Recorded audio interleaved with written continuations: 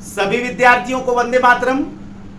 आज हम लोग यूपीएससी फिलॉसफी प्रिपरेशन में चारवाक दर्शन देखेंगे और आज हम लोग चारवाक की ज्ञान मीमांसा का निषेधात्मक पक्ष देखेंगे और निषेधात्मक पक्ष के तहत अनुमान का खंडन चारवाक ने कैसे किया और अनुमान का खंडन करके चारवाक ने कैसे प्रत्यक्ष को ही अपने ज्ञान का एकमात्र साधन माना, आज हम लोग इसी को देखेंगे। चारवाक कहते हैं कि पश्चात अनुमान का मतलब होता है पश्चात ज्ञान, जिसमें प्रत्यक्ष को देखकर हम अप्रत्यक्ष का अनुमान लगाते हैं। यह एक प्रकार का व्याप्ति है, यानी वर्तमान को देखकर हम भविष्य का अनुमान लगा रहे हैं, ये एक प्रकार का व्याप्ति है। चारवाक कहते हैं कि अनुमान जो है वो व्याप्ति पर आधारित होता है। जैसे जहां जहां धुआं है वहां वहां आग है, ये एक व्याप्ति वाक्य है। इस व्याप्ति वाक्य के आधार पर हम इसका अनुमान लगाते हैं कि जहां जहां धुआं है वहां वहां आग होगा। और अनुमान चूंकि व्याप्ति पर आधारित है और व्याप्ति स्वयं अप्रमाणिक है, व्याप्ति की स्थापना स्वयं नहीं की जा सकती है, तो व्याप्ति पर आधारित अनुमान कैसे स्थापित हो सकता है, प्रमाणित हो सकता है। इसीलिए चारवाक अनुमान प्रमाण के खंडन में सबसे पहले उस अनुमान के आधार स्वरूप व्याप्ति का ही खंडन करते। तो सबसे पहले चारवाक अनुमान के खंडन में सबसे पहले व्याप्ति का ही खंडन करते हैं, क्योंकि चारवाक का यह मानना है कि प्रत्येक अनुमान जो है वो व्याप्ति पर ही आधारित है और यदि व्याप्ति का खंडन कर दिया जाए तो अनुमान का खंडन स्वयं हो जाएगा। ठीक है ना? यही कारण है चारवाक व्याप्ति का खंडन करते हैं। कैसे करते हैं? चारवाक पहला तर्क देते हैं कि व्याप्ति की स्थापना संभव नहीं है। यदि व्याप्ति को हम प्रत्यक्ष के माध्यम से स्थापित करना चाहे तो नहीं कर सकते। क्यों नहीं कर सकते हैं? क्योंकि हम व्याप्ति वाक्य का अवलोकन भूत, भविष्य और वर्तमान, यहां तक कि वर्तमान में नहीं कर सकते। जैसे अगर हम एक व्याप्ति वाक्य ले लें, जैसे जहां जहां धुआं है वहां वहां आग है। अब इस व्याप्ति वाक्य को अगर हम प्रत्यक्ष के माध्यम से सिद्ध करना चाहें तो हमको देखना पड़ेगा कि सभी धूमवान वस्तु अग्नियुक्त है, यानी जितने भी धूमवान वस्तु हैं वो क्या है, वहां पर आग है। इसको हमको देखना पड़ेगा, तभी तो हम अनुमान लगाएंगे कि जहां जहां धुआं वहां आग है। अब प्रत्यक्ष के माध्यम से ना ही हम भूत को देख सकते हैं ना ही भविष्य को देख सकते हैं, यहां तक कि वर्तमान में भी सभी धूमवान वस्तुओं को अग्नियुक्त नहीं देख पाएंगे। कहां देख पाएंगे? कहां कहां देख पाएंगे? 100 जगह, 50 जगह, कितनी जगह देख पाएंगे? इसका तो मतलब यही हुआ कि कोई भी व्याप्ति वाक्य, जैसे जहां जहां धुआं है वहां वहां आग है, इसको प्रत्यक्ष के माध्यम से सिद्ध इसलिए नहीं किया जा सकता है कि ना ही हम भूत का अवलोकन कर सकते हैं ना ही भविष्य का, यहां तक कि वर्तमान के भी सभी स्थानों का हम अवलोकन नहीं कर सकते हैं। इसलिए प्रत्यक्ष के माध्यम से व्याप्ति की स्थापना नहीं की जा सकती। असल में चारवाक यह दिखाना चाह रहे हैं कि किसी माध्यम से व्याप्ति की स्थापना संभव ही नहीं है, और जब व्याप्ति की स्थापना संभव नहीं है तो व्याप्ति के आधार पर अनुमान कैसे सिद्ध हो पाएगा, कैसे संभव हो पाएगा? तो असिद्ध हो जाएगा, अप्रमाणिक हो जाएगा, संदिग्ध हो जाएगा। इसके बाद चारवाक कहते हैं, अब तो उन्होंने सिद्ध कर दिया प्रत्यक्ष के माध्यम से नहीं हो पाएगा। अब चारवाक कहते हैं कि व्याप्ति की स्थापना अनुमान के माध्यम से भी नहीं हो सकता है।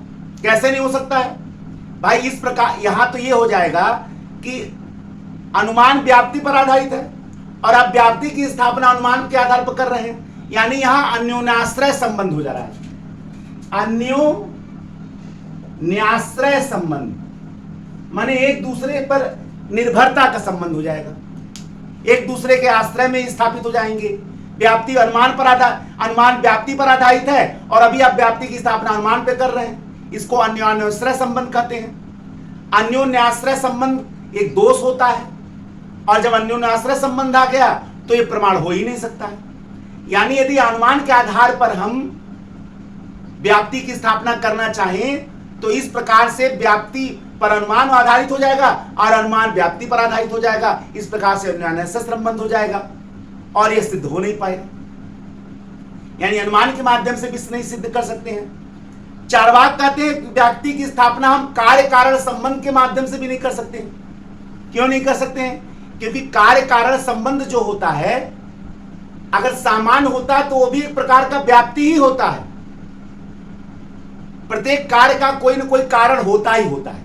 अगर इसको सामान्य कर दिया जाए तो यह भी एक प्रकार का व्याप्ति ही है कि कारण में कार्य निहित है, कारण में कार्य निहित है, यह भी एक प्रकार का व्याप्ति है। तो एक व्याप्ति की स्थापना हम अगर कार्य कारण संबंध के आधार पर करते हैं तो एक व्याप्ति की स्थापना दूसरे व्याप्ति के आधार पर होगा। इस प्रकार से क्या हो जाएगा? चक्रक दोष हो जाएगा। चक्रक माने व्याप्ति व्याप्ति व्याप्ति व्याप्ति की स्थापना व्याप्ति के आधार पर, व्याप्ति की स्थापना व्याप्ति के आधार पर, एक चक्र के अनुसार हम चलेंगे, इसको चक्रक दोष बोलते हैं। तो यदि हम कार्य कारण संबंध के आधार पर हम करें तो यहां चक्रक दोष आ जाएगा, इससे भी नहीं स्थापना हो सकती है। व्याप्ति की स्थापना शब्द प्रमाण के आधार पर भी नहीं हो सकता है, क्योंकि शब्द का तो आधार ही क्या है? अनुमान है। इस प्रकार एक अनुमान का स्थापना दूसरे अनुमान के आधार पर नहीं हो सकता है। यानी अगर हम चाहें कि शब्द प्रमाण के आधार पर अनुमान को सिद्ध करना, तो शब्द की स्थापना भी एक प्रकार का अनुमान है। शब्द प्रमाण का जो आधार होता है वो एक प्रकार से अनुमान है। तो एक अनुमान की स्थापना दूसरे अनुमान पर आधार पर किया जाएगा, क्योंकि व्याप्ति अनुमान पर आधारित है और व्याप्ति की स्थापना आप अनुमान के आधार पर, शब्द के आधार पर करने जा रहे हैं, तो एक अनुमान की स्थापना दूसरे अनुमान पर हो जाएगा। तो इस आधार पे भी हम शब्द के प्रमाण के आधार पर नहीं कर सकते हैं। इस प्रकार चार्वाक का कहना है कि व्याप्ति की स्थापना किसी प्रकार से संभव नहीं है, और जब व्याप्ति की स्थापना संभव नहीं है तो व्याप्ति के आधार पर जो अनुमान की स्थापना हम लोग करते हैं वो भी संभव नहीं है। इस प्रकार से यदि व्याप्ति अप्रामाणिक है तो उस पर आधारित अनुमान भी अप्रामाणिक होगा, असिद्ध होगा, अयथार्थ होगा, संदिग्ध होगा। यह तो चार्वाक का अनुमान का पहला खंडन हो गया। दूसरा, चार्वाक कहते हैं कि अनुमान अप्रामाणिक होता है। क्यों होता है? क्योंकि यह हमेशा संदिग्ध और अनिश्चित होता है। कैसे? यदि हम आकाश में काले बादल देखकर वर्षा होने का अनुमान करते हैं तो हमेशा सही नहीं सिद्ध होता है। क्यों? क्योंकि हमेशा आकाश में काले बादल होने से वर्षा नहीं होती, हमेशा नहीं होती है। तो चूंकि हमारे अनुमान हमेशा सत्य सिद्ध नहीं होते हैं, इसलिए अनुमान अप्रामाणिक हो जाएगा। इसी आधार पर चार्वाक एक महत्वपूर्ण मीमांसा करते हैं। क्या कहते हैं? चार्वाक का कहना है कि वास्तव में जो अनुमान प्रमाण है वो एक प्रकार से तार्किक प्रक्रिया नहीं है, वो एक मनोवैज्ञानिक प्रक्रिया है। अनुमान एक, देखिए कितना साइंटिफिक मीमांसा विश्लेषण कर रहे हैं। चार्वाक कहते हैं कि अनुमान की प्रक्रिया जो है वो कोई तार्किक प्रक्रिया नहीं है, बल्कि यह मानसिक प्रक्रिया है। ये अनुभवों के समय हमारे मन में स्थापित, अनुभवों के समय हमारे मन में स्थापित सहचर्य का परिणाम है, जिसके अंदर तार्किक निश्चयात्मकता का होना लेस मात्र आवश्यक नहीं।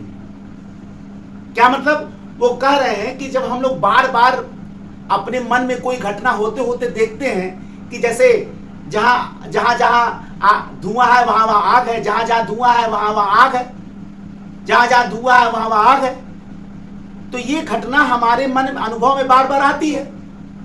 तो हमारे मन में एक सहचर्य स्थापित हो जाता है कि भाई जहां जहां धुआं वहां वहां आग होगा ही। लेकिन ये प्रमाणित तो है नहीं।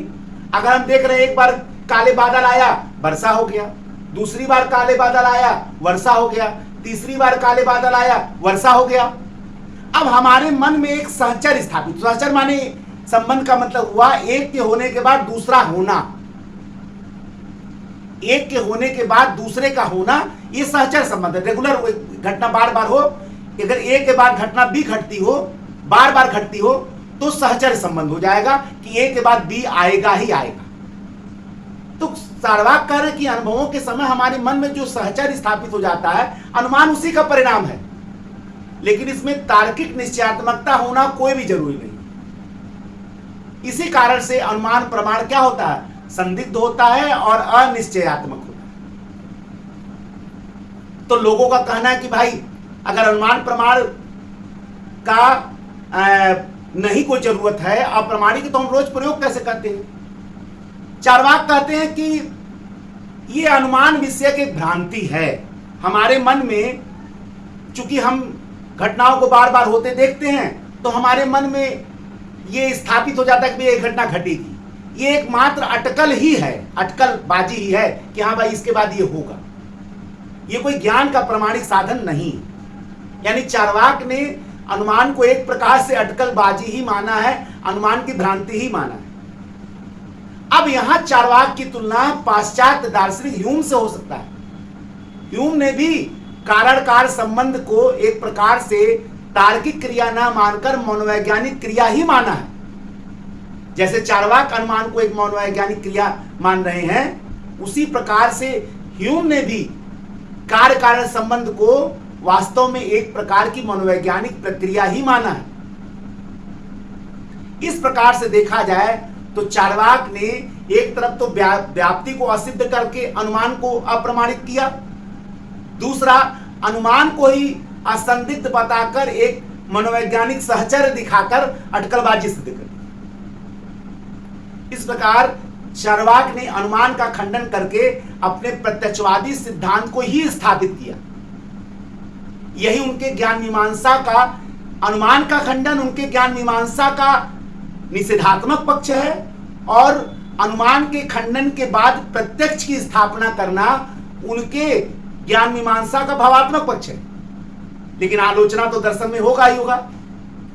जैन दार्शनिक कहते हैं कि चार्वाक यदि अनुमान का खंडन करने के लिए किसी तर्क का सहारा लेते हैं, तो वो अनुमान का ही सहारा ले रहे हैं। यानी प्रत्यक्ष को प्रमाणित करने के लिए और अनुमान को खंडित करने के लिए यदि चार्वाक किसी तर्क का सहारा ले रहे हैं, तो वो अनुमान का ही प्रयोग कर रहे हैं। कैसे? जैसे कुछ अनुमान भ्रम मूलक हैं।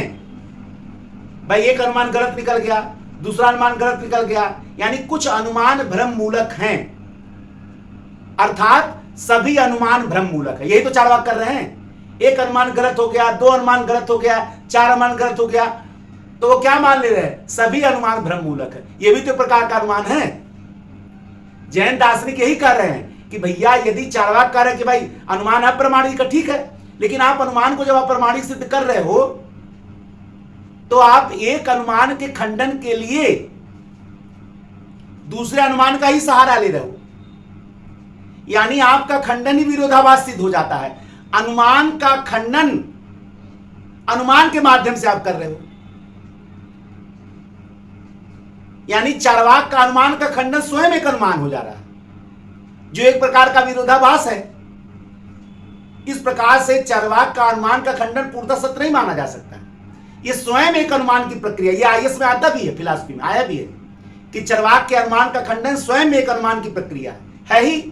जैन दार्शनिक वही तो दिखा रहे हैं कि यदि कुछ अनुमान भ्रम मूलक हैं और आप उसके आधार पर सभी अनुमान को भ्रम मूलक मान रहे, ये भी तो अनुमान है। और यही आपका विरोधाभास है कि एक अनुमान का खंडन करने के लिए आप दूसरा अनुमान मान ले रहे हैं। ठीक है, तो इस प्रकार से अनुमान का खंडन भी एक प्रकार का अनुमान ही है। तो आज हम लोग चार्वाक के ज्ञान मीमांसा का निषेधात्मक पक्ष देख लिए, जिसमें अनुमान का खंडन। नेक्स्ट में अन्य प्रमाणों का खंडन हम लोग देखेंगे। एक नए लेक्चर के साथ मैं विकास श्रीवास्तव आपके समक्ष पुनः उपस्थित होऊंगा। तब तक के लिए जय हिंद, जय भारत, वंदे मातरम। धन्यवाद।